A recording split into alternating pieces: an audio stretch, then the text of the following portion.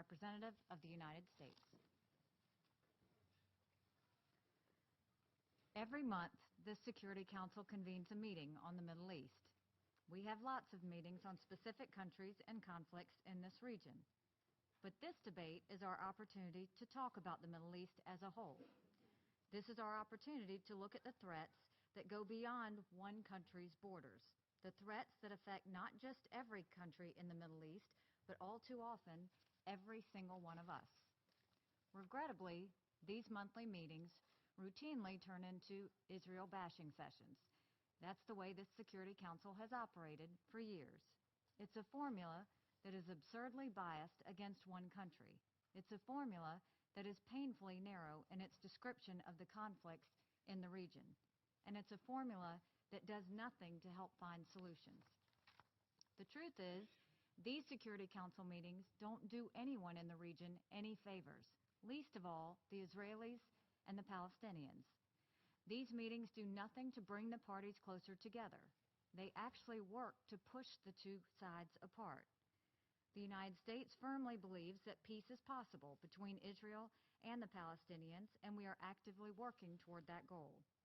Peace will only come from direct negotiations, not from one-sided Security Council meetings and one-sided resolutions. These biased discussions on the Middle East also impose a real cost. Threats are evolving and do not fit neatly within borders. By limiting itself, the Council ignores the pressing threats that are right in front of us. We should be asking these monthly Middle East sessions to talk about the factors that cause conflict across the region. I thank Nikolai for his remarks today and the fact that he went beyond the usual Israel bashing and touched on the border issues plaguing the region. I will do the same, and I encourage other countries to do the same as well.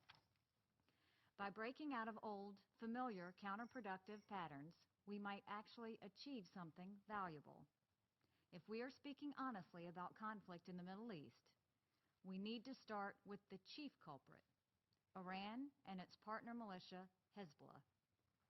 Iran and Hizbullah conspire together to destabilize the Middle East, and their actions are expanding. For decades, they have committed terrorist acts across the region. Today, they prop up Bashar al-Assad's brutality, fighting alongside his forces, adding to the killing of thousands of civilians and the misery of millions of refugees. They train deadly militias in Iraq and arm Houthi militants in Yemen. While this council has paid too little attention to this growing menace, the United States will not.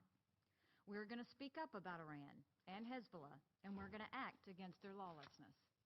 In Lebanon, Hizbullah, a terrorist organization, uses towns to shield its arsenals of tens of thousands of illegal rockets. In Syria, Hizbullah controls territory on the ground. With Iran's instructions, its militias stand side by side with Syrian troops as they slaughter the Syrian people. Sometimes Hizbullah is the one giving orders to Assad's fighters. Hizbullah helped Assad starve and destroy Aleppo. According to press reports, when supporters of the Syrian regime die in battle, they sometimes come back with Hizbullah flags on their coffins. As one activist said recently, Hizbullah designs it and the Syrian regime wears it.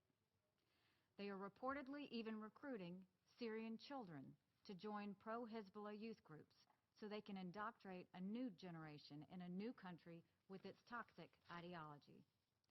Hizbullah is a terrorist group spreading its influence across Middle East with the backing of a state sponsor. Iran is using Hizbullah to advance its regional aspirations. They are working together to expand extremist ideologies in the Middle East.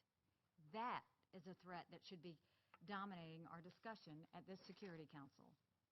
The United States is not waiting to respond.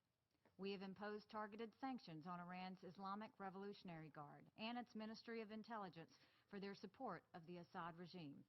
We recently designated for sanctions members of Iranian-backed terrorist organizations in Bahrain. Iran remains a designated state sponsor of terror, and we continue to enforce all sanctions related to Iran's support for terrorism and destabilizing activities in the region. The United States will work even harder with our partners and allies to disrupt Iran's support for militant and terrorist groups. All UN member states must live up to their obligations.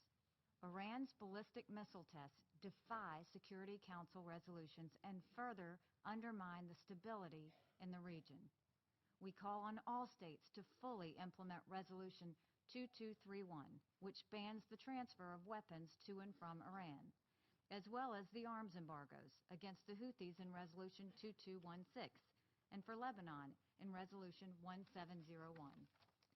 The United States will work closely with our partners to document and address any actions that violate these resolutions. We must take a stand against Iran and Hizbullah's illegal and dangerous behavior. How one chooses to spend one's time is an indication of one's priorities. The same is true for the United Nations Security Council. The Israel-Palestinian issue is an important one, deserving of attention. But that is one issue that surely has no lack of attention around here. The incredibly destructive nature of Iranian and Hizbullah activities throughout the Middle East demands much more of our attention. It should become this Council's priority in the region. I thank you.